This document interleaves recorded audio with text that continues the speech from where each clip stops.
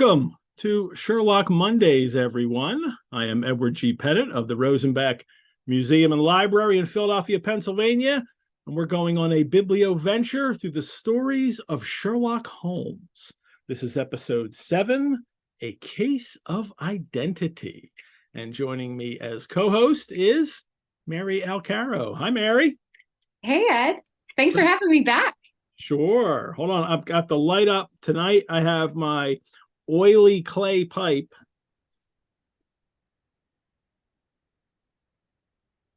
There you go. Drama. It is. It's yeah. I usually pre-light and then do the show. So they light easier. I didn't pre-light today. So what Mary and I will be doing today, besides me smoking my pipe, is on Sherlock Mondays for 30 weeks, we will deduce, decipher, dissect Arthur Conan Doyle's stories about the world's first consulting detective, Sherlock Holmes, and his very able assistant, Dr. John Watson. It will be a kind of conversational annotation. And if you're watching live right now, I see there are lots of people watching live. Please like the videos, subscribe to the channel, and have fun in the live chat. If you are watching the recording right now, thank you for watching the recording. And also, please like and subscribe to the channel. Sherlock Mondays is also an audio podcast, so thank you to all of you who are listening to the podcast. I would also ask you all to please consider making a donation to the Rosenbach.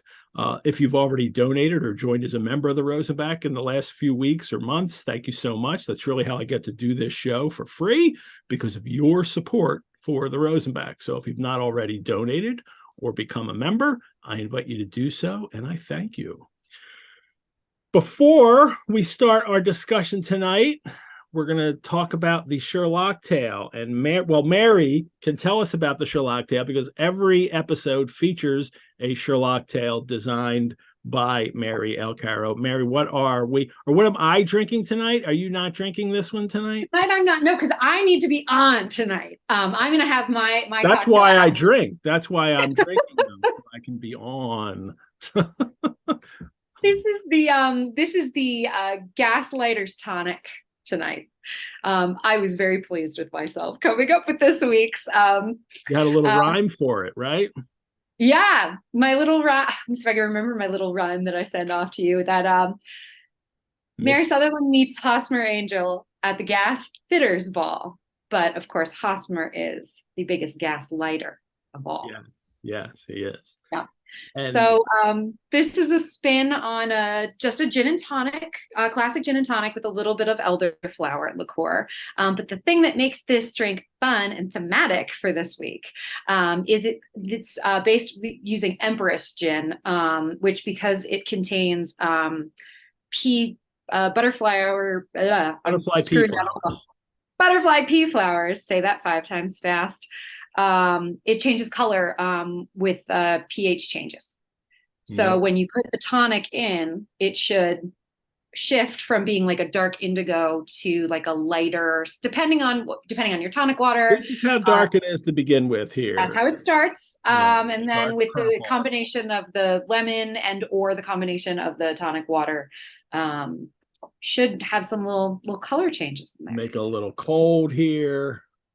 And you had a quote here from the story. It is true that you have missed everything of importance, but you have hit upon the method and you have a quick eye for color, as Sherlock says to Watson. It's a wonderful backhanded compliment for Watson. He does have an eye for color. So it's still purple here. Now we're going to add tonic. So let's hope that does the trick. Let's hope. Slightly acidic, so it should, but dun, dun, dun. Oh yeah, see, it's getting a little pink. Oh yeah. Wow. That's definitely turning more pink. Oh, pink. Oh yeah, look at that. Isn't that cool? Very cool. Yeah. So, normally I don't insist on a particular brand, but Empress has that color changing property. I did a grapefruit slice there. Nice. Yeah, you can really see that color now. Yeah, it's a really pretty cocktail. Yeah, and there's lots of things you can do with them. There's lots of ways you can change the color, different ways you can do this. Yeah, that butterfly pea flower I'm So gonna you can get it dried as like a tea, and that is really the thing that does the color change. So even if you don't have Empress and you're just using regular gin, I've included in the recipe. You can steep your dried flower in regular gin and to the same effect. Wow, very easy to drink. Yes. It's nice, right? I mean, it's a gin and tonic. I mean, I like gin and tonic, but I love a gin and tonic. the flavor of this gin is very nice. Mm-hmm. And you added the Saint Germain, the elderflower Mm-hmm. liqueur. You know, I've seen some people do a little simple syrup or something that's nice Mm-hmm. for it. So I haven't had that in some time. Yeah, it's nice. All It's one of right. those things on the cart. So. Somebody just said study in pink. So there we go. All righty. Get my clay pipes. Right. I've got a whole bunch of clay pipes that I'll show over the course of this episode here too. We're both very excited for show and tell this episode. Yeah. But clays don't stay as lit as well as the briar does. So there's going to be, I might have to just abandon it and smoke my briar. I don't know if people have noticed. I've started smoking a new pipe every show. Every show I have a new pipe at the beginning of the show, and I have another one. Like sometimes I think a couple shows I've hit a second pipe, but the first pipe has always been a new one for each show. Maybe I'll post about all the different pipes at some point. But anyway, you can find the recipe for this beverage in the YouTube description for the episode. And I also send out the recipe via email every week for those who are registered for the show. You can register at Sherlock Mondays, Sherlock Mondays homepage on rosenbach.org. All righty. Any new Sherlockian happenings in your life? New Sherlockian happenings. Well, I'm so glad you asked, Ed. Yeah, we had our fall meeting for a group called the Sons of the Copper Beeches, which is a Philadelphia-based BSI Scion Society. So this is a group that has been meeting in Philly this is our 76th year, going into our 76th year. And we do two annual meetings. We do a spring meeting and a fall meeting. And the Sons of the Copper Beeches just met on Friday night at the Racket Club in Philadelphia. Yeah, it's a great group. We are not exclusive at all. We love people to join. However, we are a very busy, like we're packed, like we're and there's we can all, because it's the dinner we seats about 50, so yeah, hard to go. We'd have to find a whole new place to meet, and I don't know if that we really want to do that at this point. Not if that's such a good time. Yeah, it's nice because when the meetings start to get too big, then you start to lose like the room, and like side conversations like break out and you miss stuff. But no, the Sons of the Copper Beeches are alive and drinking in Philadelphia. Yes, we are. Our motto. And I am officially now the recorder of pedigrees. You are. I will compile the newsletter and that kind of stuff. But also I delivered a trifling monograph on Friday at the dinner. And for that, I became a master copper beechsmith. You did? There's look, you can see the computer right there. This is what I look at, everybody. It's so good. And yeah, so now I am a master copper beat. There's nowhere to go now. I've been promoted to the highest. Right. So, and it's a good time. It's people from all over the country really coming in. Somebody from Seattle or Washington, or I can't remember where, that I was talking to. So from all over the country, and it's really great. Much like our show, which is actually all over the world. And I'll mention a little bit about that in the mid-break of the kind of geographic reach that Sherlock Mondays has right now. But I look forward to more Copper Beeches meetings. It'll be a lot of fun. I'm so happy I get to be in this group with you guys. It's honestly a great group. I was thrilled to take it over a few years ago. We've only been co-ed for not many years now, like under 10, certainly. Yeah. And it was really the leadership of the previous group of motley crew that was running the Sons of the Copper Beeches that welcomed us in, welcomed women into the group. And now between me and Jen Aker and Ross Davies as the sort of tripod that is running this group, Ross is outnumbered with me and Jen. That's why he brought me in. So yeah. So it's a good group. I know. Try to add some balance, Yeah. No, it's a great group. And it's good to have a Philly kid in there. Yes, of course. You need a Philly kid. Jersey girl. And where's Jen from originally? And that's from New York. Yeah. So yeah. So yeah, you needed a Philly kid. Absolutely. All right. Well, let's get started on the case today. We have shared a PDF of a facsimile of a case of identity as it was originally published in the September 1891 issue of the Strand Magazine. You can download that on the Rosenbach's Sherlock Mondays page. I say that particularly for people who are listening to the audio podcast. When we talk about a Sidney Paget illustration in the story, that's where you can find them. All righty. Well, we are on adventure number 3, it says. In the heading for the story. This is, again, was the September 91 issue of the Strand. And this was actually originally the second story that Doyle thought was going to be published. We talked about this last week, that it was supposed to be Scandal, Case of Identity, Red-Headed League. And even in Red-Headed League, which did last week, he talks about, Sherlock mentions, like, you remember that conversation we were having? Or no, and he, which we'll have here. And also he says, and then with Miss Mary Sutherland, and you're like reading it originally, like, who's Miss Mary Sutherland? Well, this is where we will find out. So. That's at least fun, though. At least there's payoff for that, because so many times, and I'm sure we've already started to see this in the cases, but you just see it even more as the canon continues, where Holmes or Watson will allude to like a little mysterious case, and we never know. We never get to know. We never get to find. Yeah, the giant rat of Sumatra, for which the world is not yet prepared. Well, we will have a rat in this one, in a sense. So that's true. And it was Curtis last week had an interesting theory that perhaps the editors of the Strand were like, you know what, we don't want to have Scandal and Case of Identity, these two kind of romantic interest stories back to back. We better give, let's throw a bank robbery in there. Yeah. Throw some action in there. Yeah. So, brandishing guns and so. Stake out in the dark.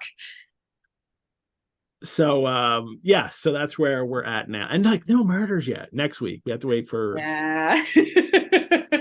We're really going to string you along, make you wait for a good murder. Well, this story opens up with a little. Do you have this here? Do you want to read the opening here? I do. My dear fellow, just read that opening paragraph. Yes.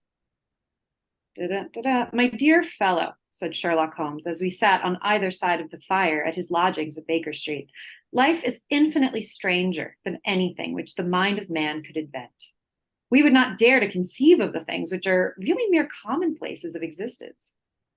If we could fly out over that window, hand in hand, hover over this great city, gently remove the roofs, peep in at the queer things which are going on, the strange coincidences, the plannings, the cross purposes, the wonderful chains of events working through generations, and leading to the most outre results, it would make all fiction with its conventionalities and foreseen conclusions most stale and unprofitable. Mm-hmm. So that, first of all, that's a little creepy. Sherlock wanting to peep into everybody's houses. That opening image is great, though. It's like, if we could just like what is Sherlock smoking? Like the two of them just like hand in hand flying through London, peeping in, looking at what's going on in people's houses. Yeah. Mm-hmm. And the idea too that the commonplace idea here that he's set up for these that the commonplace is, or the he insists that the unusual feature of a case is what often leads him to solve it. Mm-hmm. That kind of idea is always there. And I thought, he doesn't. Well, and that that there's a weird, unusual kind of thing going on. And I picked up on that kind of idea of the outre, which is not, I thought that word was here, but that word's not here. That word's Oh, it's where is it? Did I miss that? yeah, I just said it. Where's my outre? Me and my terrible There it is. It's right at the end of that paragraph. Yeah, outre results. The most outre results, that weirdly unusual, peculiar kind of thing that Sherlock sees in things that attracts him, but also leads him to solve things, more frequently. And it's a word that Poe uses with Dupin in The Murders in the Rue Morgue. And the right in that first mystery, what becomes the mystery detective story, the template for how a mystery detective story works. There are other kind of mysteries in literature, but but Poe kind of sets up a template. Doyle knows this, follows it, makes it better. But it's an exchange in mysteries in The Murders in the Rue Morgue, when the murders have happened, and they're reading the newspaper accounts. Dupin and his narrator companion, who's never named in the stories. Right. And then Dupin says, or the narrator says, he then asked me suddenly if I had observed anything peculiar in the scene, at the scene of the atrocity. This is just like what Holmes does with Watson. No, nothing peculiar. And he's talking about the newspaper account. And Dupin says, the Gazette has not entered, I fear, into the unusual horror of the thing, but dismiss the idle opinions of this print. It appears to me that this mystery is considered insoluble for the very reason which should cause it to be regarded as easy of solution. I mean, for the outre character of its features. The police are confounded by the seeming absence of motive, not for the murder itself, but for the atrocity of the murder. Outre is not a common word to come across. And not that I think that Doyle is specifically saying I'm going to use that word in my story, but the ambiance. He has likely read that recently. And now it's popped out in Sherlock's, out of Sherlock's mouth, from Dupin's mouth to Sherlock's mouth. And they're also talking about right now, like the morning paper. Watson will say, like, oh, I'll, show you that, that's not really true about Commonplace. Of course, always happens in crimes. And Watson picks up a paper. So they're actually using a newspaper to argue over Commonplace and outreness of things. So it's all. It's not recycled, but it is clearly inspired. Yeah. Well, we like this as a coincidence even less than Holmes likes a coincidence, right? Like this is clearly influence rather than happenstance. And I love how Doyle, though, kind of makes it like into a joke here, though, because Watson describes this, but here in the morning paper, let it put it to a practical test. Yep. There's a crime. He says a husband's cruelty to his wife, and Watson's right away. There is, of course, the other woman, the drink, the push, the blow, the bruise, the sympathetic sister or landlady. He's throwing out all the cliches, like this is also commonplace.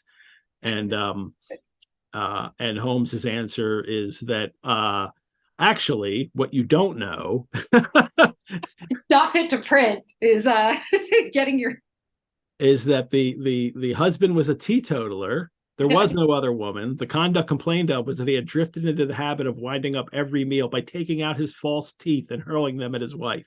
So I love how Doyle kind of also finds the humor in it, which is nice, that hurling of false teeth at somebody. Ridiculous. And no, it's very good. I love this tension too that we get from the very beginning of this story, of even just the idea of peeping in and seeing what's going on in people's lives. Crime is commonplace, but this sort of weirdness that goes on under the surface, I think says a lot about Victorian anxieties, about propriety and the way that we appear in society, and what's done the sort of fear and nervousness around like what happens outside of the public eye and what's observable and sort of like regulatable in social like intercourse, as it were. This is a story that, Holmes will try to regulate himself, what goes on in a domestic situation.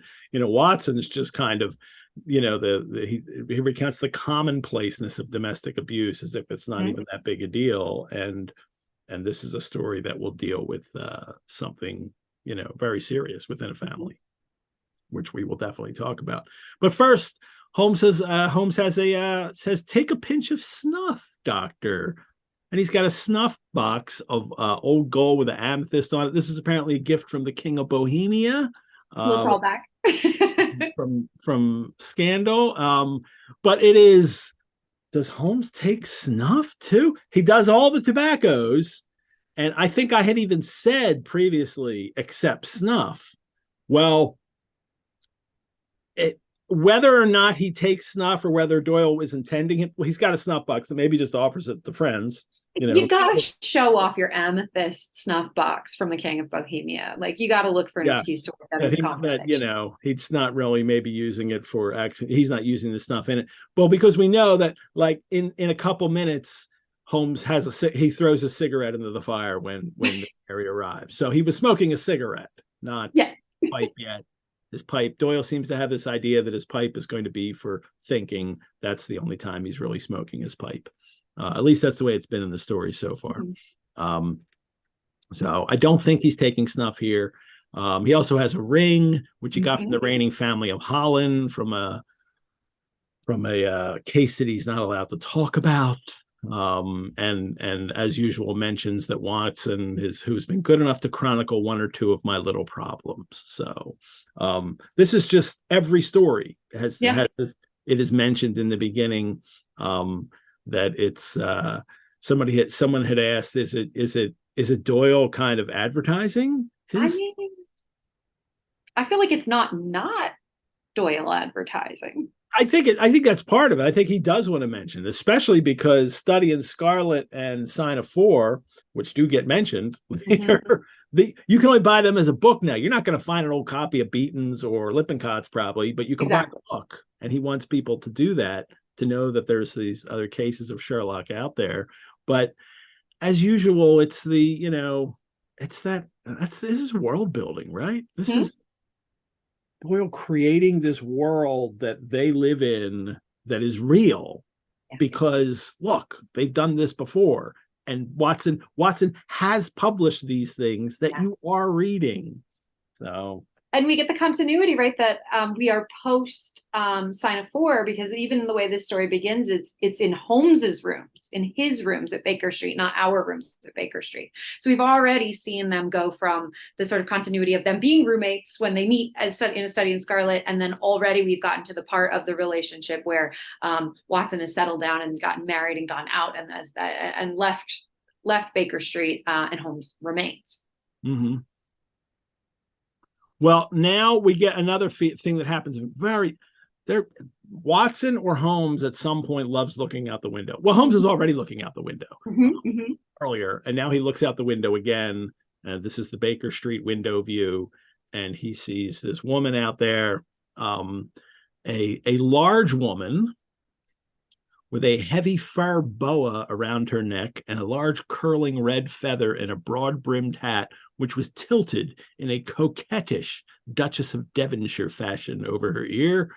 From under this great panoply, she peeped up in a nervous, hesitating fashion at our windows, while her body oscillated backwards and forwards and her fingers fidgeted with her glove buttons. This is not Watson looking at,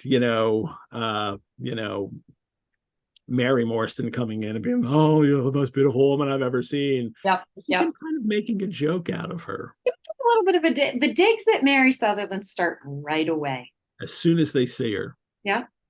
We from her physical appearance, from her shape to the way she's dressed, we are immediately invited, I think, to not take these characters perhaps as seriously as we might take others. It's even like Watson understands the fashion too. If you're a large woman, you don't have a large hat.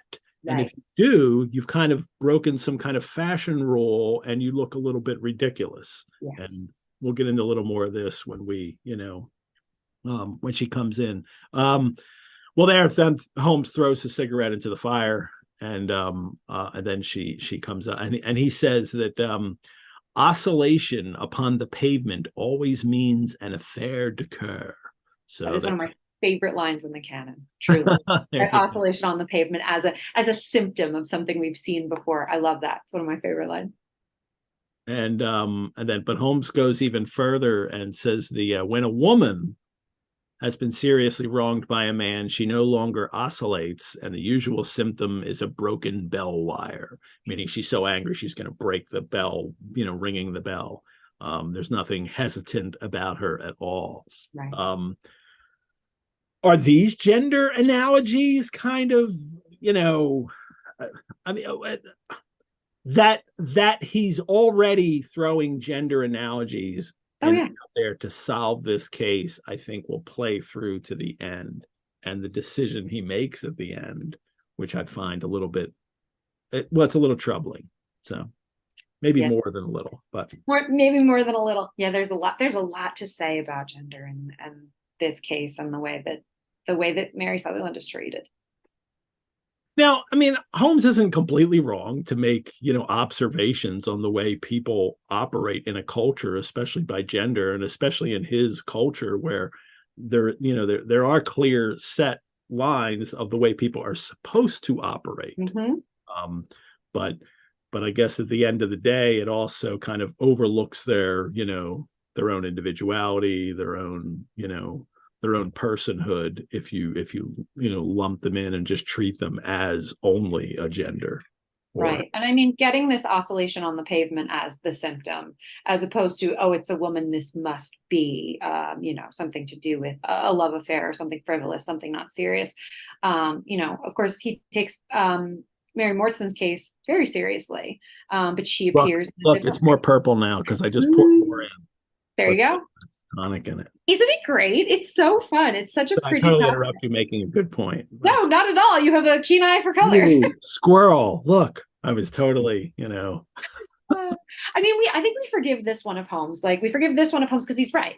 Right? Like this, it's oscillation on the pavement, and he's right. It is a love affair. It is a problem of something where she doesn't know she doesn't know what's happened. She hasn't been wronged so grievously, right? That she doesn't hesitate. She doesn't have doubts. And I guess I guess we forgive that little assumption because Holmes is correct. All right. Well, now we get there was a tap at the door, and the boy in buttons entered to announce. I like that's how he's referred to. I know. In buttons. Boy in buttons. Is it Billy? We don't know. Yes. Well, later, it's the first time he's mentioned. I like the idea that he was once one of the Baker Street irregulars, and now I know. It's a great headcanon. You're not the first or the only one to run off with that. It's a good thought. Now he's learning the trade. And then she comes in, and actually look at that picture of her, and I'm gonna share it here. Did that work? Yes. And here's the Strand Magazine cover that all the people that would see that when they bought the issue for 6 pence, and the story begins. And here she is coming in. The boy in buttons. That's a lot of buttons. I don't count them, but that's a lot of buttons. The Duchess of Devonshire hat, a large, hat with kind of, the big brim on it, feathers, her feather boa around her neck. She's almost as tall as Sherlock, so she's certainly tall. But with the fashion, and it looks like she's wearing a bustle, so it's not like she's necessarily large. She's just wearing big stuff. Watson's this is the thing I've talked about with friends of mine reading the canon. What comes down a little harsh on ladies for their weight, and just people in general. on their weight. And once you start to see it, once you start reading for it in the stories, it's like it's everywhere. Watson calling out people for being a little heavy or having extra weight on them. Or of course, the way that we'll hear him describe Mycroft in a few cases from now is less than flattering. Like, what's is it his medical sensibility? Is he worried for these people's health, or Watson's just got a thing with people with a little extra weight on them? I don't know. Well, it's interesting because, honestly, with men, it's now there's a fitness thing. There's a fitness craze that kind of goes on at the end of the 19th into the 20th century, but basically, especially for men in the 19th century in England, well, and America, fat meant well-to-do, Yeah. like it was like it meant you were prosperous, and it was a kind of a good, like, men should be a little big, and women too should be a little big. Like that kind of tiny little waif thing was not usually thought as unless you're talking about the beautiful dying woman, that old romantic idea. Of course, the consumptive beauty. Yeah, of course. But healthy people have, a little bit on their bones. So anyway, she comes in, and Holmes right away starts doing the old Dr. Bell trick. Party trick. Yeah.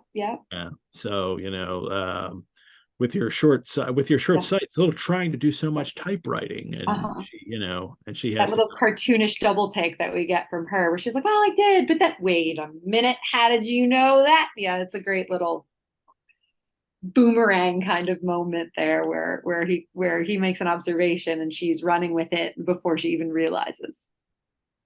And he has a great line after that too. "Never mind," said Holmes, laughing. "It is my business to know things." Which it is, and to discover things. Yeah. Yes, of course.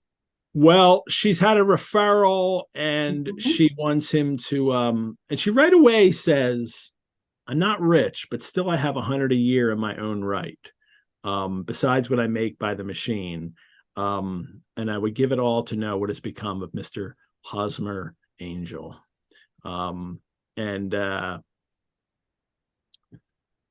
I think there's a thing going on too, that like Holmes in these stories, mystery readers are starting to be trained to keep an eye out for details. And this is something that we all kind of know how to do when we read a mystery story now, is to look, or watch a movie, is to look for those details, the clues, to follow it. But this is new for a lot of people at the time, is to kind of, learn that trick of when is he throwing out clues here that you will, later solve. And those things hit here, and they hit bigger for me. Like I automatically register. You have 100 a year, like I'm like they're details, and you make money on the typewriter, and he's missing. So it's just something we naturally do as we go through these stories now. Yeah, something that we've sort of been trained to do by familiarity with the genre. But of course, this is the beginning. This is the births of the genre. So that convention isn't set yet.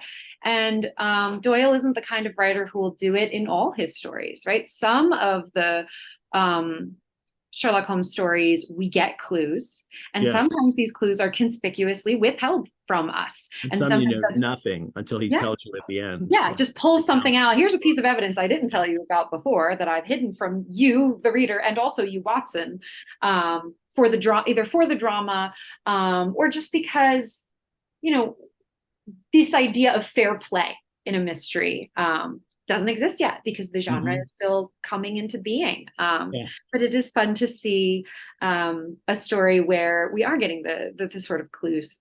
And as she's starting to tell the story, this is the client coming to tell the story. She talks about her stepfather, how he's only 5 years and 2 months older than myself. So who's counting? Yeah, she does the details. Yeah. And he married soon. Her father was a plumber, left the business, but they sold the business, for he was very superior, her new stepfather, being a traveler in wine. And they got 4,700 for goodwill and interest. Now, is this a class sign here? Is it a sign of her kind of lower middle class origins that she constantly talks about the exact sums? Like, I have 100 a year and we sold the business for exactly this much money. That strikes me today. It would seem that too, kind of, but um, especially meeting strangers like this. Right. But I wonder if this is a class sign too, because we've had there's these kind of, it seems to me what we'll see is this is the beginning, and we've already seen it in the way she's dressed. There's kind of this running theme that at least Watson portrays her. Watson sees her as somebody as pretentious, somebody who wants to appear of a higher class in the way she dressed, in the way she behaves. And mentioning the money and the small amounts of them are, that are significant to her. Her father-in-law has greater aspirations, too. So, there's something like nouveau riche about so, her that reads that way. And even just like the way that she goes about sort of, I mean, she's consulting him for a case, but there's a little dirty laundry airing going on there, right? This like giving the details of like her mother's remarrying a younger man and like just how much younger he is. And everything about her seems just a little misstep of propriety, of things maybe you don't automatically lead with, the amount of money you have. He talks about the New England stock and the New Zealand stock, how much she gets. She gets 4.5%. He tells, exactly. It's not, oh, we're comfortable. This is exactly like, this is exactly the money that I make. And I think especially I mean, I could be wrong. This could be just details that Doyle doesn't think are unusual. Primed for us. And he wants to make her a detail-oriented character, but but then when Holmes says, since you draw so large a sum as 100 a year, I think he's making fun of her. 100 a year is not a large, like, that's not such a sum. Although, I mean, Holmes is wont to do this, right, with people where we saw this in Sign of Fort, where he'll deliberately throw out a piece of information that he disagrees with or he knows is wrong to try to get somebody to correct him.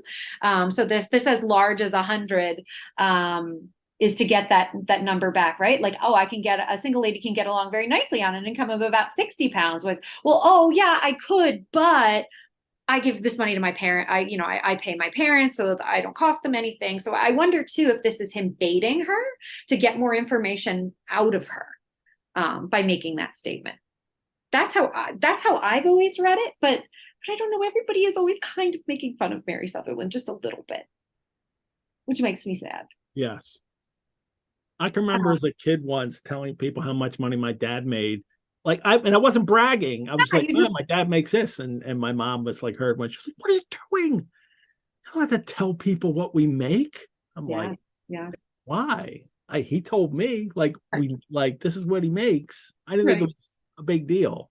Right. So, right. These things you don't know. There's something naive in this, right? Yeah. Is it a class thing? Is this just something about how naive she is, how sheltered she's been? Who knows? Meanwhile, you move into New York. If you live in New York City, that's topic of conversation is how much do you pay in rent a month? Yes. Doesn't exist there. I have met people and within 10 minutes, you're like, oh, it's a great place. How much do you pay for it a month? You know? Yeah, there's some little things that, know, that it's okay to talk about that automatically. Right. So, but like, you have to know what they are there. And somehow you do. If you're of the right class, if you're in the right company, you know what you are supposed to or not supposed to talk about. Yeah. But that's very interesting. Oh, but then. Well, now she gives the big class, ringer for who she is, because where does she meet him? She met Hosmer at the Gasfitters Ball. Gasfitters Ball. Woohoo. What a time. I could I can find no references for a Gasfitters Ball. So Doyle has come up with this as a kind of like thing, but it's not necessarily a joke in that it was completely not unusual for trade unions, guilds, those kind of places to have a celebratory dance, a social function. But if there was an actual one for Gasfitters, I would love to find a textual reference for it. I just haven't found one yet. This is how we need to bring back the rebrand. During BSI weekend, there used to be an event that would take place running concurrently with the BSI dinner, because the BSI dinner is invitation only. And so Sherlockians who were in town that weren't invited put together an event called the Gaslight Gala, which we have been needing a rebrand on that name for a bit now.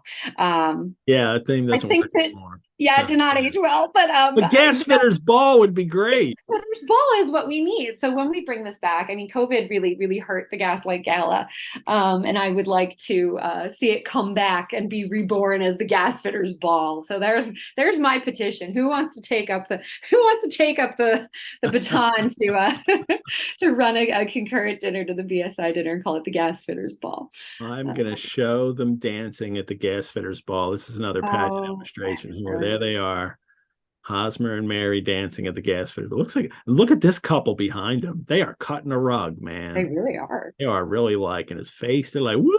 They are going to town. I don't know what they're doing, some modern dance, and they're doing the nice little comfortable waltz. Hosmer Angel, though, what a looker! Look at that getup he's got. Yeah.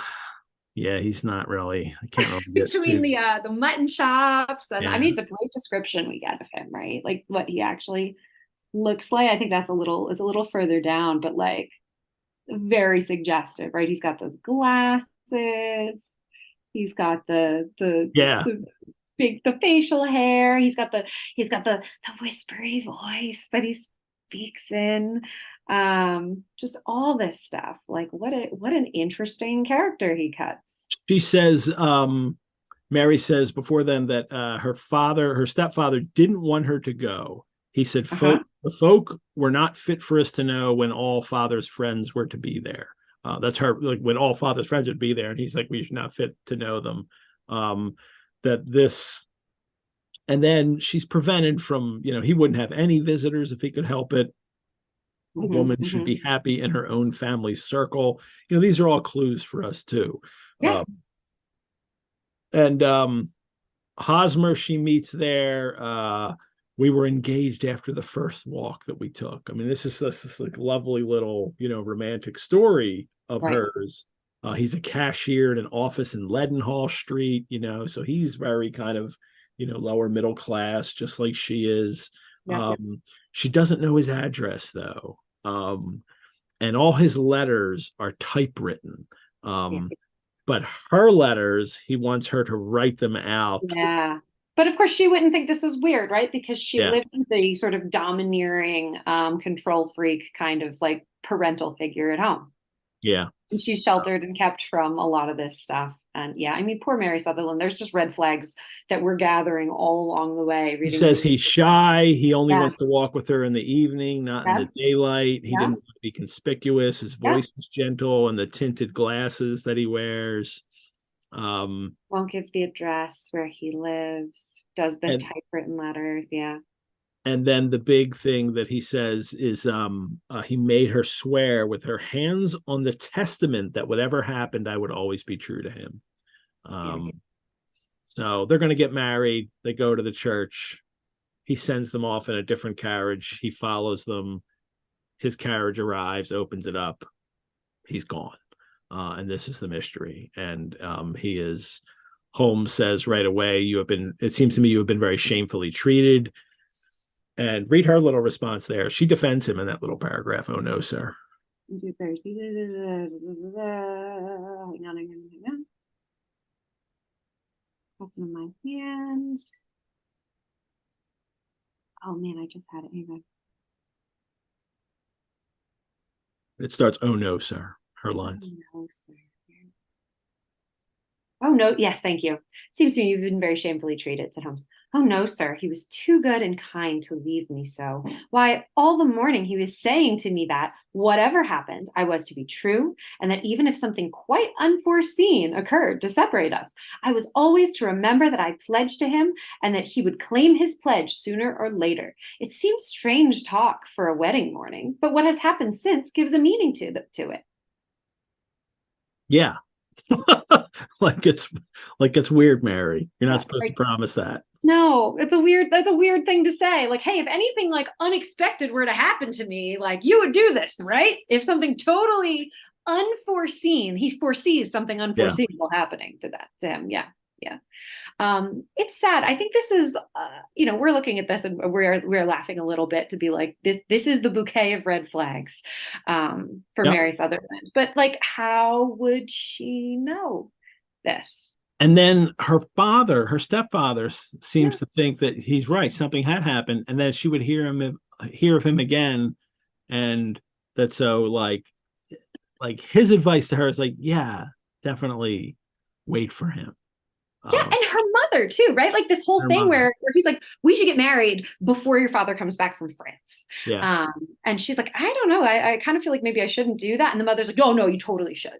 Yeah. Right? She's all for it. She's all in, and like that seems weird. Um, and then when he returns, even though presumably he didn't want her to have anything to do with this man, now he's telling her she should wait for him because he thinks he's going to come back. And this is, I mean, it's odd right off the bat for, Yeah. especially I think for a first time reader, that Holmes just says, don't think of him, let him back. That he's gone and don't think of him anymore. Yeah. Like, what? I came to you to solve a mystery. You're telling How can me you be so sure? But he says that, he's like, oh, don't worry, I can, I can solve this, but I Right. don't want you to, remember the advice I've given you. Yeah. He says, let the whole incident be a sealed book. Do not allow it to affect your life. It's odd advice from Holmes too. So, but he thinks that like, Yeah, he's already has enough clues to what it's going to be. Mary is stalwart though. She's like, don't worry, I shall be true to Hosmer. He shall find me ready when he comes back. And then Watson comes in as, really definitely a bit of a jerk here. yeah, he is. For all the preposterous hat and the vacuous face. Yes. There was something noble in the simple faith of our visitor. What a backhanded It's so comment. condescending, right? Like, Oh, the simple very. faith of our visitor. Like, shut up, Watson. Stop it. You're better than this, John Watson. What would your wife say? Yes. So. Mary Morrison would not go for this. I'm sorry. Well, let me take a moment here to thank everyone for watching or listening to Sherlock Mondays. The Rosenbach's community reaches all around the globe, brought together by our love for history, rare books, manuscripts, and the arts. The geography from our last episode, we did the Redheaded League, East Coast in America from Philly, Woodbury, New Jersey, Washington, D.C., Maryland, Virginia, North Carolina, out to the middle of the country. Oconomowoc, Wisconsin. I know I'm saying that wrong. I was going to practice from that. there. Venice's from there, who watches our shows. Oconomowoc, I think it is, Wisconsin. Minnesota, Michigan, Cleveland, Ohio, to the West Coast, Mercer Island in Washington, Santa Monica, California, and all the way out to Hawaii, somebody watching. And then all around the world, too. Liverpool, England, Santo Domingo, in the Caribbean, Brazil, and all the way out to New Zealand. So lots of people watching the show, and I really appreciate it. And I hope you all also consider supporting the Rosenbach and Sherlock Mondays by donation, which you could do at our website, or by becoming a member. We do have members all over the world, and that membership gives you free museum admission if you ever can visit, but it also gives you discounts on programs and courses, which you can do online, exclusive invitations to member-only events, and also early access to registration for programs and courses that come up. You can learn more about how to become a member on our website, and a Rosenbach membership makes a great gift, everyone. I really can't stress how important your support is. So if you haven't made a donation or joined as a member and have the ability to make a further donation, I would be very grateful. You can also join us on our Facebook group page, Sherlock Mondays, for lots more Sherlockian info, news, links, conversation, and fun. It's a very busy group. Every day there's posts and conversation going on. And of course, there's also the audio podcast version of this show. Look for the Rosenbach podcast, Sherlock Mondays, wherever you get your podcasts. The audio podcasts drop 1 week after these live video ones do. You can always write to me at epettit@rosenbach.org. That's EPETTIT at rosenbach.org. I love to hear from our audience. And several of you have asked about Sherlock Monday merchandise, which we've done for other shows, t-shirts and mugs and tumblers and stickers. We're working on that now. Stay tuned. It'll all happen. And finally, when Sherlock Mondays comes to a close with The Adventure of the Empty House, we have one more Sherlockian biblio venture to take you on. We're having an exclusive pay-only series on the Hound of the Baskervilles. 8 episodes available by paid subscription only that will run on the Mondays in May and June. Same format. Registration is not yet open. Stay tuned in the coming weeks. I'll let you know when you can register for that. All righty. Back to our story. Now we get the classic Sherlock thinking pose. This one's a little bit different because his legs are stretched out, but there's always this pose that he takes when he's thinking and smoking. He sat silent for a few minutes with his fingertips still pressed together, his legs stretched out in front of him, and his gaze directed towards the ceiling. Then he took down from the rack the old and oily clay pipe, here's mine, which was to him as a counselor, and having lit it, he leaned back in his chair, and the thick blue cloud wreaths spinning up from him, and a look of infinite languor on his face. And this is how he thinks. And clays do this. They get all dark and oily and a little bit gross. Here's a long one that I have that's really, discolored and not nice. But what you can actually do is, and what people used to do then, is they put them in the fireplace and it all turns white again. All that oil leaks out when they're reheated. So I think you could do it in a regular oven if you put it on that oven clean setting in your oven, and then it will. But I haven't done it. I don't smoke clays enough that I feel like I need to clean them out. But that's a feature of clay pipes. I had no idea. And that's what they used to do then, so to clean them, or they would just break over time because they are fragile, and it was easy for them to break. Holmes thinks with his and never cleans them. The oily clay, and then later it'll even be described as black. He doesn't bother to clean it at all. He doesn't clean the flat either. Why should he clean the flat? No. He says, and about Mary, he says, I found her more interesting than her little problem, which, by the way, is rather a trite one. The maiden herself was most instructive. And Watson, of course, it was quite invisible to me. Like, I have no idea what just happened. It's too busy making fun of her clothes. Yes, I couldn't get past the Duchess of Devonshire hat.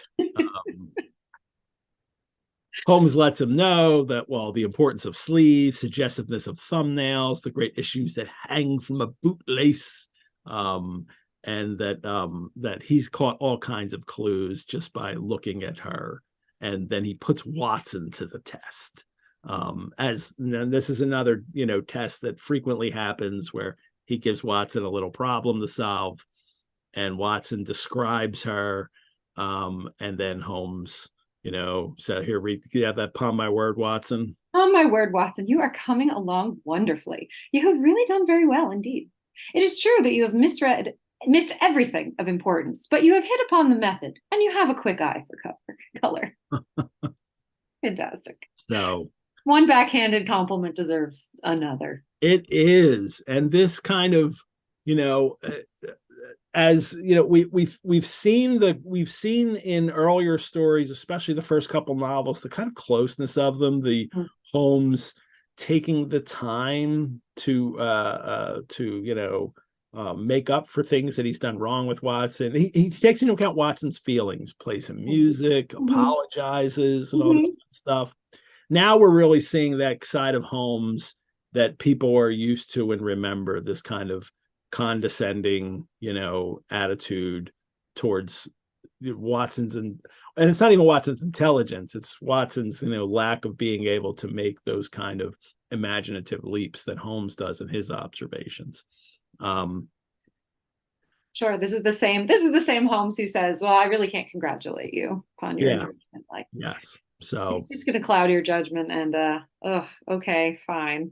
Yeah, that sort of backhanded critique from Holmes. but Holmes found Mary interesting, even though her problem was too simple. And Yeah. it's, like the odd boots that she was wearing. She wore Oh my two God. mismatched Well, shoes. I love that too, because you're thinking like Sherlock Holmes, master of observation, right? And like we get the whole like in studying, I don't know if it's studying Scarlet or Sign of Four, with like the different kinds of clay on your boot can tell you what part of London you were in earlier today. And this is like, hey, did you notice like the detail of her boots? And what was the detail of her boots is that her shoes literally don't match. She's got two different shoes on. Um, That's and then all. and then we go to the description of there's the full description of Right. Hosmer Angel, and but it's the tinted glasses, the black side whiskers and mustache, the infirmity of speech. Has a gold Albert chain on. If people don't know what an Albert chain is, that's a watch link chain to hold your watch, but they're very thick, big links, named after Prince Albert because maybe he wore them too, or who knows. But it got associated with him. Um, and then the letters that she has let them read, and Holmes has he says there's no clue in them to Mr. Angel, save that he quotes Balzac once. And I'm not sure of like why is Angel quoting Balzac a clue? Because Holmes doesn't follow up on No, this. he doesn't. I assumed that was a class thing because Is if it? Hosmer is supposed to be in the same class as her, he wouldn't have read Balzac, but I don't, we never get a follow up on that. I don't know. I don't know. He's a clerk, in a like he would, Yeah. I'm wondering is it the French connection to French Win connection. because Windibank is connected to France for his job. Mm-hmm. Or is it I don't know. I mean, Yeah, I I just don't think know. like Balzac is an author, the realist novels, like they're totally full of they're actually thought immoral, by the kind of prim and proper. So does Holmes kind of look at this and say, that's not the kind of guy that he has portrayed himself as. So why Mm-hmm. would he be reading Balzac if he's so shy and doesn't, and it's just like a simple little guy? Maybe that's the clue that he's not real. It doesn't add up. I don't know. The tonally something is off because we do get that at the end of a speech about his appearance, and that is decidedly a little bit odd, the way that he Mhm. looks. And then, but the biggest clue Holmes says is that his letters are typewritten, Yes. and the signature The signature's typewritten. itself is Yeah. even Yeah. typed. That's a weird So, one.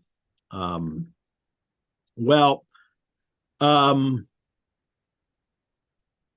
then Watson drops all the name drops all the cases Yep. so Yep. far, at least up to this, because this was supposed to be following Scandal. So it's Right. the King of Bohemia and Irene Adler, the Yep. Yep. Silent Four, and the Study in Scarlet.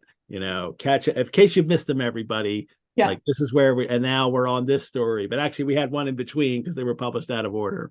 And he leaves Holmes still puffing at his black clay pipe with the conviction that when I came again on the next evening, I would find that he had held in his hands all the clues which would lead up to the identity of the disappearing bridegroom of Miss Mm. Mary Sutherland.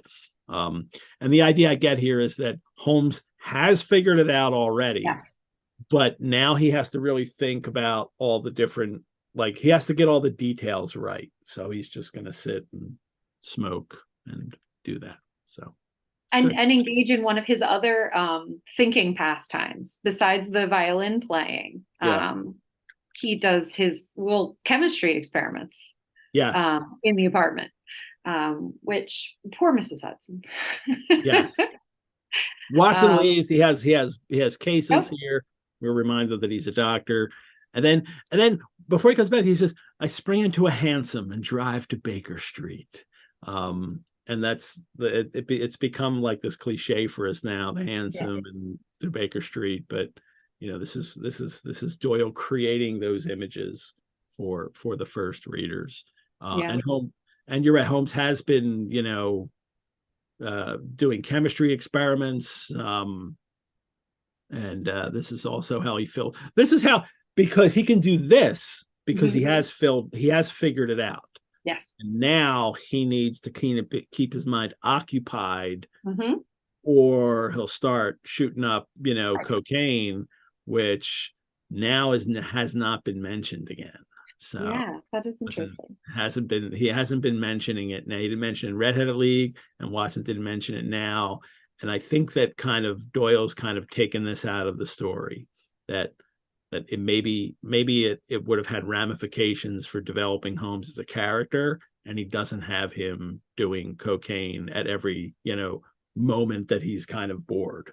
Yeah, I think one of the things that I had said this when I was on last time about the Silent of Four, one of the things that I love about it so much is that like Holmes is at his like peak bohemian, and in Silent of Four, yeah, in Silent of Four, and I think that Doyle will have to, or chooses to, sort of rein him in a little bit, as you said, with certain habits, because Holmes will have to also occasionally act as the sort of restorer of like social propriety, middle class values. And is it also the readership? Is it also that now I'm writing for this middle class readership magazine, and that these can't be stories about bohemians who, shoot up drugs, right? Are brilliant. I just need them to be brilliant. Exactly. I mean, Watson will always be our moral compass in these stories. Yeah. We'll always get things. Holmes always run things by Watson, and based on what Watson has to say about a client, I think we are supposed to take the cue of that, right? That Holmes will treat Watson as though he is a British jury, and put some things to him, and we're meant to follow Watson's lead. But also, like, Holmes has to have his act cleaned up a little bit here. Not in this story, though. No, this story, Holmes is judge, jury, executioner, and he doesn't tell Watson anything. No, Watson doesn't know. Watson hasn't figured any of this out. Nope. He's just watching it go by, and Holmes is so many steps ahead of him that when Watson comes in, right, to be like, "So have you solved it?" Holmes thinks he's talking about his chemistry problem because he's on to something else. Yeah, there was never any mystery in the matter, though. As I said yesterday, some of the details are of interest. The only drawback is that there is no law, I fear, that can touch the scoundrel. That no law has been broken here. Well, now the girl's stepfather, Mr. James Windibank, arrives, and Holmes points out that, like, oh, this typewritten letter was from you, right? That, it's a set our appointment. So he's already setting him up, as the reader, I think, can probably see here. And Windibank's first observation of Holmes is about Mary, and about how don't listen to her. She's an excitable, impulsive girl. As you may have noticed, she is not easily controlled when she has made up her mind on a point. So, which is good thing. Yeah. When he also makes that point too, right? That I'm sorry that Miss Sutherland has troubled you about this little matter, for I think it is better not to wash linen of this sort in the public. Yeah. She's embarrassed. She's embarrassing. She's talking about family problems outside the home, and she's, an impulsive, willful girl who can't be trusted.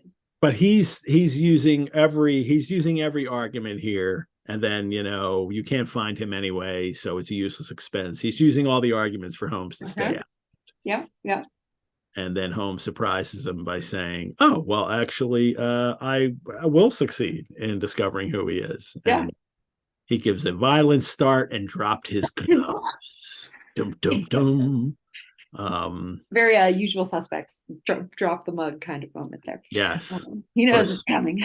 Or a spit take, if we wanted it as a comment. Yes, or spit take.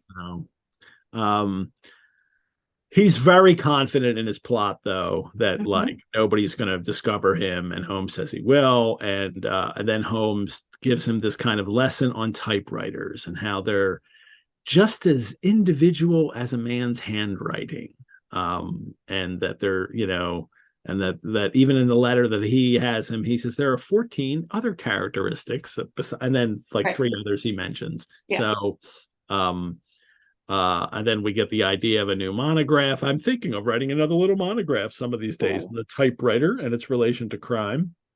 I don't think he ever does, but it never gets mentioned that he does, as far as I know, but another mention of a monograph. And Windibank is getting nervous, and he then stands up, he picks up his hat. Holmes locks the door. He tries to bluster and leave, and then Holmes locks the door, and Windibank, turning white to his lips and glancing about him like a rat in like a rat. Yep. And Holmes with that little flair for the dramatic of, oh, I'll let you know when I caught him. I have caught him. Yeah.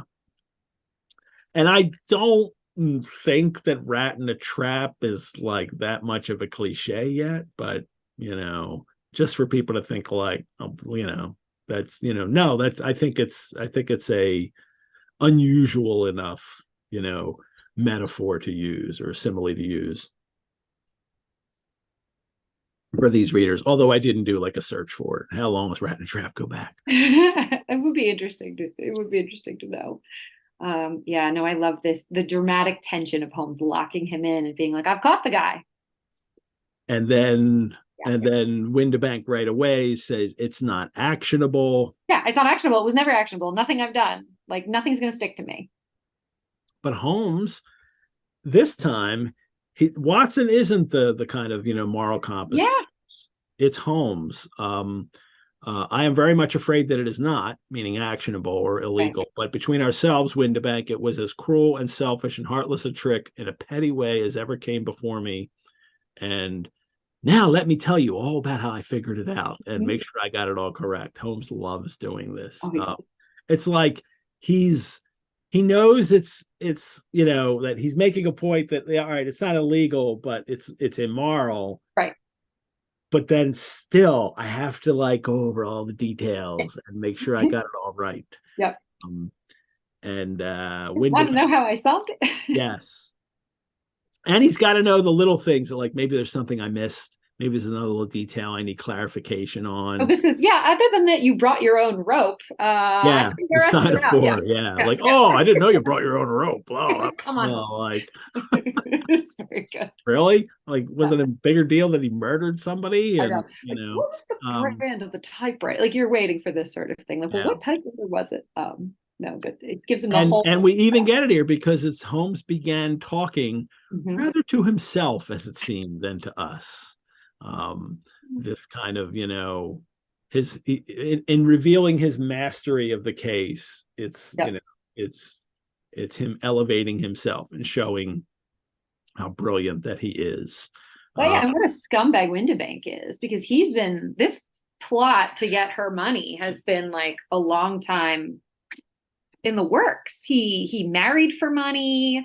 He's tried to control the flow of the finances, and he just keeps pivoting to try to get this money every time circumstances. And it's very simple. He wants to use her money. He wants to continue to use the money that she gets in her inheritance and make sure it doesn't go anywhere. And of course, if she does marry, then perhaps some of that sale of that money from the business, because it was her father's business, maybe that'll go to her. But the worst part about this is what? With the connivance and assistance of his wife, her mom is in on this whole plot. It's really shitty. Trick her. You expect this from a sort of young huckster who's not married, who's not blood, but her own mother. I know it's. She really has been cruelly used. Well, the most winning woman I ever knew. Oh yeah. This is Holmes's thing. It's likes to point this out that it's she's not. It's Mary doesn't have this sweet Victorian angel of the house mother. No. She's conspiring with her 15 years junior new husband to keep all the money. Yeah, and I think we're meant to already question maybe her mother's judgment, ethics in the marrying a man 15 years younger. Sort of not done. It's glossed over, right? That how shitty her mom has been doing this, conspiring with the husband. But poor Mary Sutherland is just getting gaslit like left and right. Mhm. Windibank tries to like, oh, it was only a joke at first. We didn't think she'd been so carried away, but Which is mean. clearly they did because they took it to the extreme. They told her to be carried away and not, forget him. And Holmes recognizes this, that the young lady was very decidedly carried away. Yeah. And that even though he can't, punish him with the law, He'll just punish him, take it into his own hands. yeah, he says that. He's got the other details too. Oh yeah, the in the to bring the business to an end in such a dramatic manner that it would leave a permanent impression upon the young lady's mind and prevent her looking upon any other suitor for some time to come. Right. And so that if she's bound to him and so uncertain as to his fate that for 10 years to come, at any rate, she would not listen to another man. Holmes and then Holmes finishes with, I think that was the chain of events, Mr. Windibank. Like, did I get it all right? Did I miss anything? So, and then Windibank's now thinking, well, I'm going to get out of this because there's nothing he can do. It's a cold sneer on his face. And then he says, you're breaking the law now because you locked the door and you won't let me out. And then Holmes agreed that the law cannot, as you say. The law cannot, as you say, touch you, said Holmes, unlocking and throwing open the door. Yet there never was a man who deserved punishment more. If the young lady had a brother or a friend, he ought to lay a whip across your shoulders. By Jove, he continued, flushing up at the sight of the bitter sneer upon the man's face.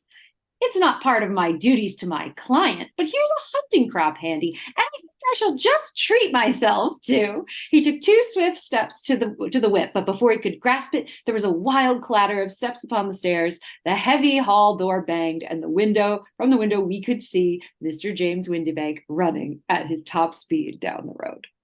Holmes goes for the whip. I love it. But clearly he's just trying to scare him into running. Oh, absolutely. It doesn't seem like he's actually going to whip him. No. But probably not. But he wants him to think that he or maybe if he kind of came at Holmes, maybe then he would, or tried to bluster even further, maybe he would. I don't know. Or go to the police for being held against his will. He's gonna get his butt kicked. But we did move past probably too quickly that that the double standard of when the woman marries a man younger than herself, there's clearly something wrong with her. And this is Doyle setting up the story. This is Doyle's values here in absolutely the story, is that's a sign that there's something wrong with this woman, that she would marry a younger man. Certainly not in the other way around, right? So man marrying a younger woman, he's supposed to. How could he propagate his, well, he's got to have time to make his money, right? Man's got to go out into the world, make his fortune, and then find a young bride. She's not supposed to do that. She's not, and this is how he paints her, as Mary's mother is this kind of woman who just wants the younger man and wants the money and wants to enjoy herself at her daughter's expense. I guess it's I'm glad that Doyle doesn't bring her into the story and have her kind of as the kind of wind up being the villain in this, right? That it's Windibank's doing, and that he is properly the villain. So at least we have that. Yes, and we do know that he's a rather controlling individual. Yeah. So being married to him maybe isn't as much fun as maybe she had thought. Let me show that picture at the end of the story, which I think is more done for comic effect, is when Paget shows Windibank fleeing. Oh yeah. Here it is. And it's just Holmes got the whip in his hand or the riding crop, whip. And there we just see his feet heading out the door. I love the sideways feet. Yeah. Looks like he's just going to go head first down the stairs. It looks like he's falling down the steps here. That's great. But it's more comic effect than actual, punishing somebody who's done something horribly wrong, who well, we'll get to more of that in a minute as to what Holmes, thinks will happen in the future. Right.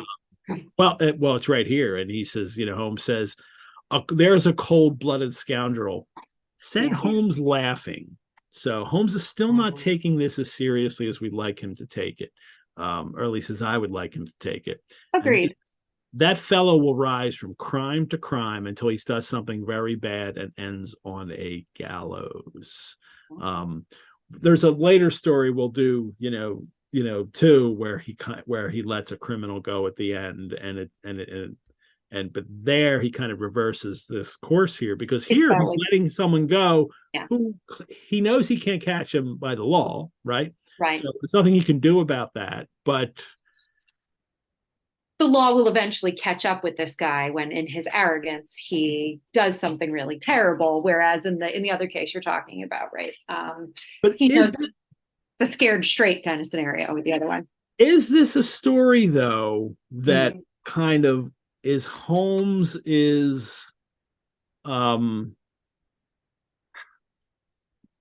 he's more concerned with solving this crime? Oh, yeah. Than he is with anybody getting justice by the end. Well, I know we don't answer that yet because we haven't gotten to the very end yet. So I have another clay pipe to feature. Look at this with Dietrich Knickerbocker's head here. This is a pipe from the St. Nicholas Society of New York, which I can't belong to because you can only belong to it if you can prove that your ancestors go back to New York and something like the 18th century or something like that. But I was given this pipe by the former recorder of pedigrees for the Sons of the Copper Beeches, Terry Hunt. So I'm going to smoke it on the show today. So lovely. And it's a very big bowl. I was saying last week how clay pipes usually don't have big bowls. This one is a big bowl. I can put my whole thumb in it. I'm learning so much about pipes from look, I can't really do it on the show, though. Yeah, you're long form. Back here, like we're in 3D, like, whoa! So I'll show it, and then you just know that the end's down. You just know, you know it's there. Yeah, this is a tough case. The tone of this case, and particularly the way this case ends, is kind of upsetting. It's funny because of where, if you're thinking of this as like a drama or like a TV episode, it's funny because of where the episode is cut. And if you think a couple steps beyond that, it's really very sad. Even Watson in this, it's always funny. Like, I don't know what we're talking about, huh? Duh. Yeah. He has another duh moment at the end. I cannot now entirely see all the steps of your reasoning. Doyle's even painted Watson in this story as really, really thick with Watson. Yeah, it's tough that Holmes is sort of laughing at the end of it. Holmes gives the explanation to the reader first. Right. I haven't caught it all, everybody. He's the only one that profited by it, was her stepfather, so we knew it was him. Right, they were never seen together. The tinted spectacles, the voice, the bushy whiskers, the typewritten signature, that he was always trying to disguise his identity. And then he writes he says, having taken the printed description, I eliminated everything from it, which would be the result of a disguise, the whiskers, the glasses, the voice, and I sent it to the firm. That whole Holmes eliminating the impossible, right? Yes. Or eliminating and then able to figure out things. And then his firm said, oh, that's James Windibank. And then he found out that, he was so he knows it's him. And then the most troubling part of this story, and I want to take a few minutes to really talk about this. Watson says, and Miss Sutherland. Yeah. And Holmes is like, James Windibank, voila, too. Happy, literally, voila, yeah. I'm solved. And Watson brings him back to earth here. Well, what about her? If I tell her, she will not believe me. You may remember the old Persian saying, there is danger for him who taketh the tiger cub, and danger also for whoso snatches a delusion from a woman. There is as much sense in Hafiz as in Horace, and as much knowledge of the world. chicks, man, they're just, you know how women folk are. Now, he begins the story like this, making gender assumptions about, what women will do and how they will behave. I say gender assumptions. He's making it about women. Yeah, of course. Like what women will think and do and what that is. And at the end here, they just abandon Mary. Yeah. Mary is still living with her mother in Windibank. Yeah, she's got to go home to this. And waiting for Hosmer Angel. Yeah. And doesn't know anything. No. And we have no indication that she will. It's not like Holmes says to Windibank, like, you better do the right thing. You better tell her. You better come clean. We have no indication that that's going to happen. And that these two aren't just going to find some other way to try to scam her out of her money, or that she's just going to continue not only to live under the delusion that her soulmate is out there somewhere, Hosmer Angel's out there somewhere, but also the delusion that the people that she lives with care about her. Mm-hmm. And have not been trying to harm her for years. It's really sad. It's the implications for her are sad, and it's disappointing to see Holmes do it after he seems to be very gentle with her throughout the beginning of the case. But I always want better from Watson, like we expect this sort of casual misogyny from Holmes, but we do in knowing and loving these characters after all the stories that we've done with them and all the adaptations and all that kind of thing. For new readers coming into this is how he's presented. And I know that there's plenty of people reading this story in 1891 who were like fully on board with Holmes's generalizations about women and are okay with that kind of thing. But I gotta think there must have been some people thinking like, man, what a misogynist, or like, why would he leave this poor young woman to these people just because like he could tell her. Yeah, somebody needs to tell her. Even an anonymous source. Clearly, she's not gonna, yeah, it's tough. It's a really tough way to end the case. And again, I think we allow for it and don't necessarily. It's very easy to get caught up in the ending of the case, and it's like, wrapped up the case, wrapped up the episode. But you take it to any natural progression of what comes next, and it is really sad. Shout out, by the way, to Jen Aker for this, because when she was invested in the BSI, she was invested as Mary Sutherland. Yeah. And if you really want to have a great conversation about how badly used Mary Sutherland is in the stories, and then her subsequent legacy, you got to talk to Jen Aker, because she carries her name. Best. She is the best Mary Sutherland apologist. And she really made me think about this, about this end of this case, about the fact that she is going home to these two people that now she's got to live with. And that we're kind of told in the beginning, right, that Mary Sutherland she's nearsighted. She can't see too well. So maybe she is easier to fool with the disguise than the average person. But yes. I mean, she doesn't come across as dim. No. She comes across even the way describers, maybe she wants to be kind of, lead a better life, but she also comes across as somebody who has been, stuck with a family that really doesn't want, to pay attention to her enough. And she wants to go out and find somebody.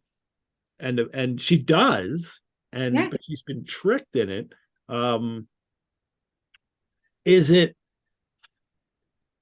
But I mean, it's also that, like, how do you are you gonna destroy her if you break this news to her? Is it that kind of justification, which I can't really reconcile myself with, that that she's so innocent that she would be so crushed it would hurt her too much. And at the same time, right, we get that little clue when Holmes is talking to Windibank about, right before he does his little whip talk, about if the lady had a brother or a friend to look out for her. So there's this reminder that, who does Mary have?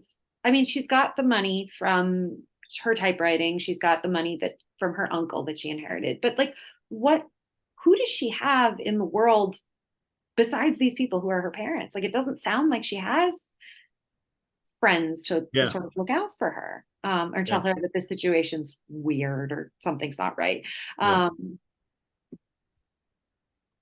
So yeah, even if she weren't crushed, like where would she go? Who would she talk to? Yeah, I mean, it is. I mean, as troubling as this is, it's also like I'm more fascinated though by a character who does this, and he is so utterly brilliant that this is the case that really shows so far that he ignores human connection, human emotions, how we relate to each other, the importance of that.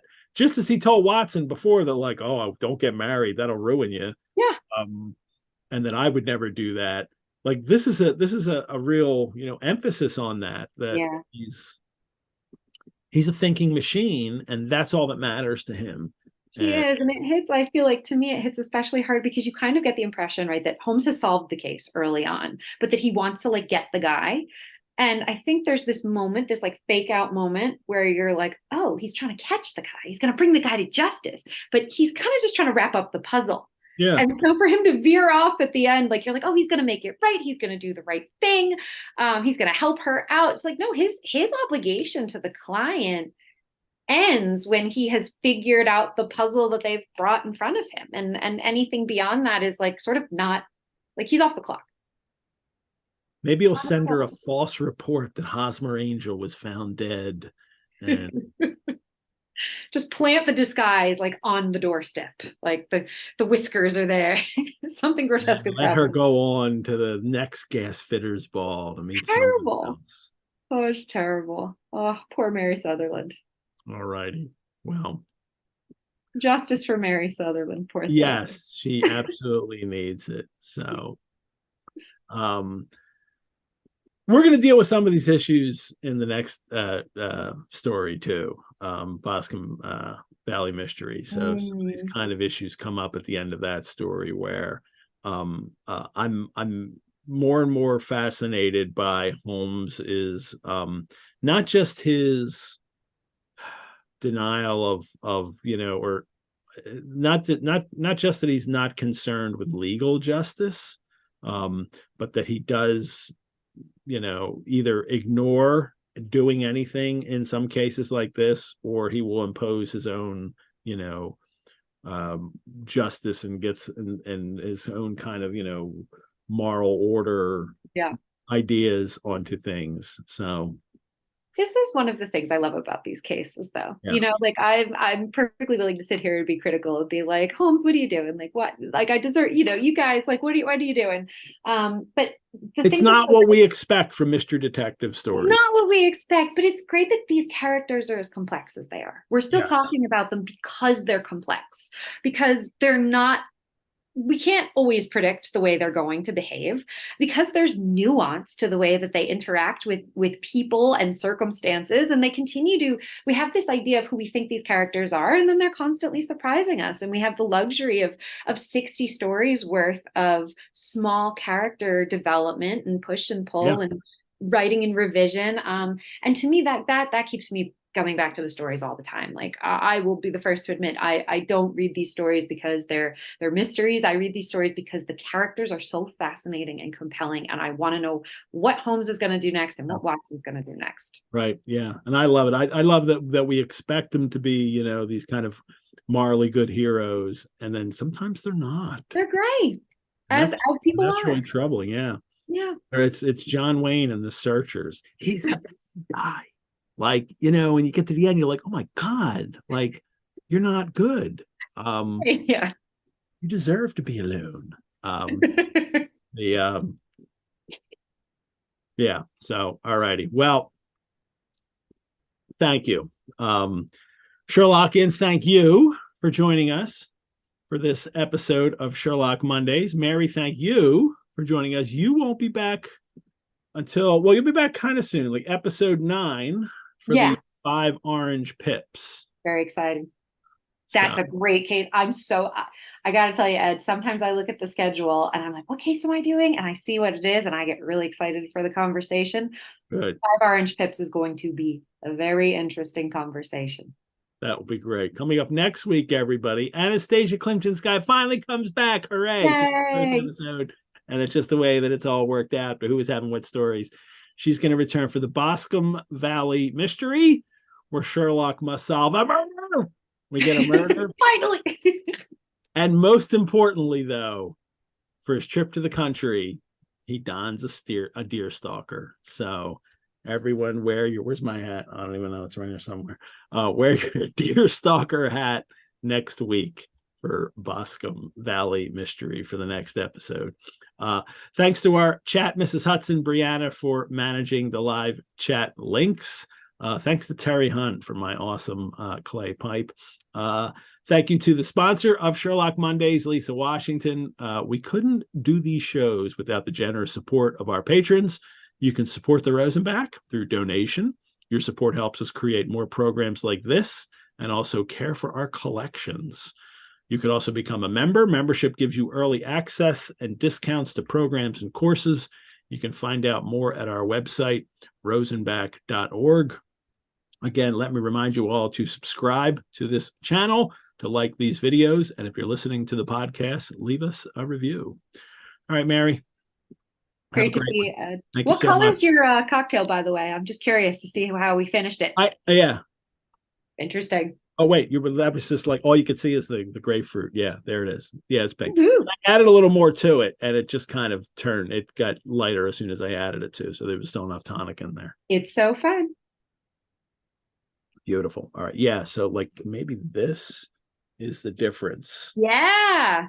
There, you can really see the difference in the color. I'm not getting paid by Empress, but like maybe they want to sponsor Sherlock. It's fun to do, yeah.